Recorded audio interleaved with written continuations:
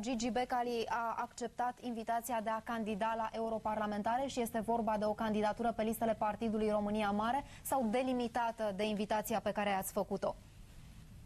Da, mă bucur că domnul George Becali, așa cum apare în actele de identitate, tot la fel de bine ar trebui mass media să facă referire corectă și la europarlamentarul Tőkés, care este Ladislau Tőkés și nu Laszlo Tőkés.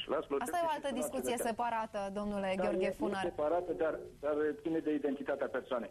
Deci mă bucură faptul că domnul George Becali a acceptat să candideze pe lista Partidului România Mare, iar președintele PRM-ului, domnul dr. Corneliu Vadim Tudor, cred că și de data aceasta a fost inspirat, la fel a procedat și a avut o reușită deplină în cazul lui Ilie Ilașcu, care era în pușcărie condamnat la moarte. În cazul lui George Becali, a fost reținut, este arestat din păcate, dar sperăm până la Paști în săptămâna mare să fie eliberat în cel mai bun caz pe cauțiune, să-și petreacă Sfintele Sărbători împreună cu familia, cu cei dragi.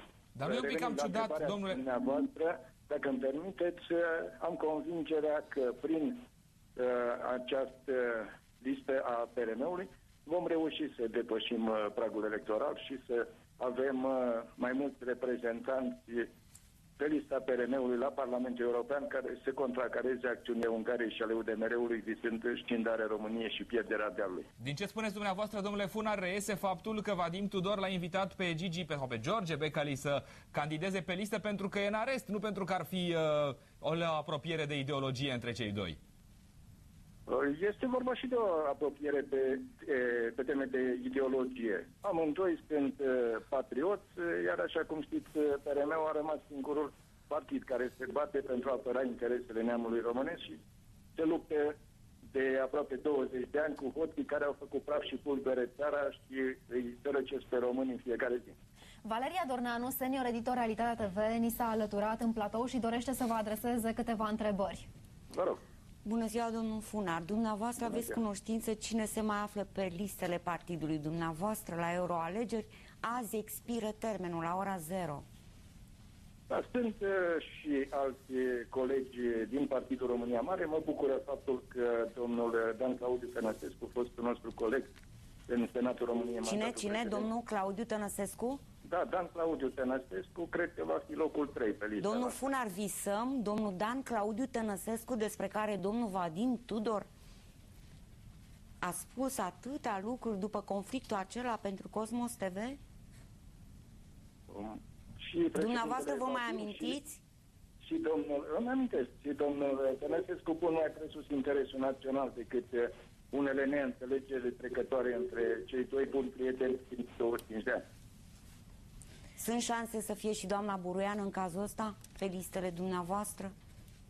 Buruienile au locul lor, nu pe lista PRM-ului. Da, Păduchii, pentru că despre domnul Becali, președintele dumneavoastră spunea că e un păduche, un cioban, redus mental, ca să nu mai spun ce spunea domnul Becali, care pe satana în el Vadim Tudor, dacă îl bagi în altar, leșină, pentru că în altar nu pot intra diavolii. Sunt păreri exprimate la un moment dat, unul despre altul, Vadim despre Becali. Acestea nu sunt păreri, domnul Funar, sunteți un om de la care avem pretenții. Astea nu sunt păreri, astea sunt invective, înjurături, măscări. Stimată doamnă, nu este exclus cei doi colegi să se fi molipsit de la dialogul purtat între domnul Mircea Joană și Emil Boc, între Traian Băsescu și Mircea Joană, și acum sunt frați la guvernare. Da, ați dat un răspuns pe mine nu deranjează lucrul acesta, că s-au unit stânga cu dreapta. Domnule Gheorghe Funar, Partidul România Mare nu a intrat în Parlamentul României. Sperați să intre în legislativul european prin intermediul lui Gigi Becali sau doriți să-i aduceți voturi lui Gigi Becali pe această cale, invitându-l în PRM? Noi căutăm și ne vom bate să intrăm în Parlamentul European, să avem reprezentare acolo și sperăm de data aceasta să nu se mai fure ca în codru, ca și la alegerile precedente. Să fie învățătură de minte pentru români ce se întâmplă în al doilea oraș al României, la Chișinău, în aceste zile. Bine, domnule Funar, e foarte ușor să spui atunci când n-ai intrat în Parlament că s-a furat ca în codru. Dacă nu veți intra nici în Parlamentul European, la fel veți spune. Dumneavoastră ați prezentat la televiziune cetățeni care au primit bani ca să voteze. Ați prezentat cetățeni care au primit diverse produse alimentare ca să se ducă la vot. Ați prezentat diverse autocare și mașini mici cu care au fost duși în special țiganii să voteze. Au votat 97-98% țiganii din localități. Unde s-a mai E adevărat că noi am prezentat lucrurile acestea, domnule Gheorghe Funar, dar n-a demonstrat nimeni că voturile, dacă au fost furate, au fost luate de la PRM.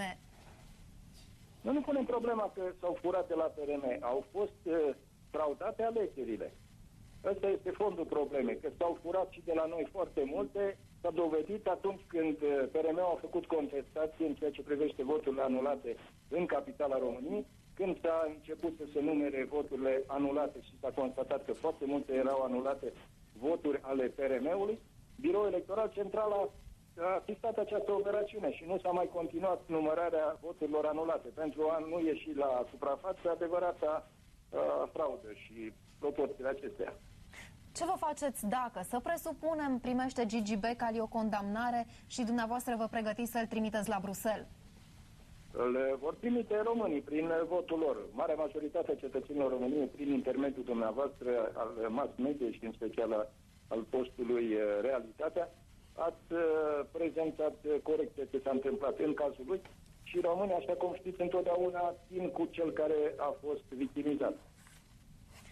Mulțumim pentru această intervenție, Gheorghe Funar, din partea Partidului România Mare, pe listele căruia a anunțat Gigi Becali prin unul dintre apropiații săi că se va înscrie pentru a candida la Parlamentul European. Discutăm așadar în platou cu Valeria Dorneanu. În acest moment, Gigi Becali este învinuit și arestat. Își poate el depune o candidatură? Da, ați citat de candidatul la Camera Deputaților al liberalilor, care a fost eliberat din arest, i s-au scos cătușele să vină la Parlamentul României să-și ridice mandat. Până la o sentință definitivă, oamenii au voie să fie aleși și să participe la alegeri. Dar aș vrea să ne uităm puțin din toată tevatura asta, că tot ne-am întrebat cine pierde, cine câștigă, cine a instrumentat. În mod normal ar fi trebuit să candideze pe listele PDL, da? Dacă Traian Băsescu credea că victimizarea lui Gigi aduce voturi. Dar iată, Vadim Tudor a stat deoparte, este o persoană inteligentă și a văzut uriașul potențial electoral al acestui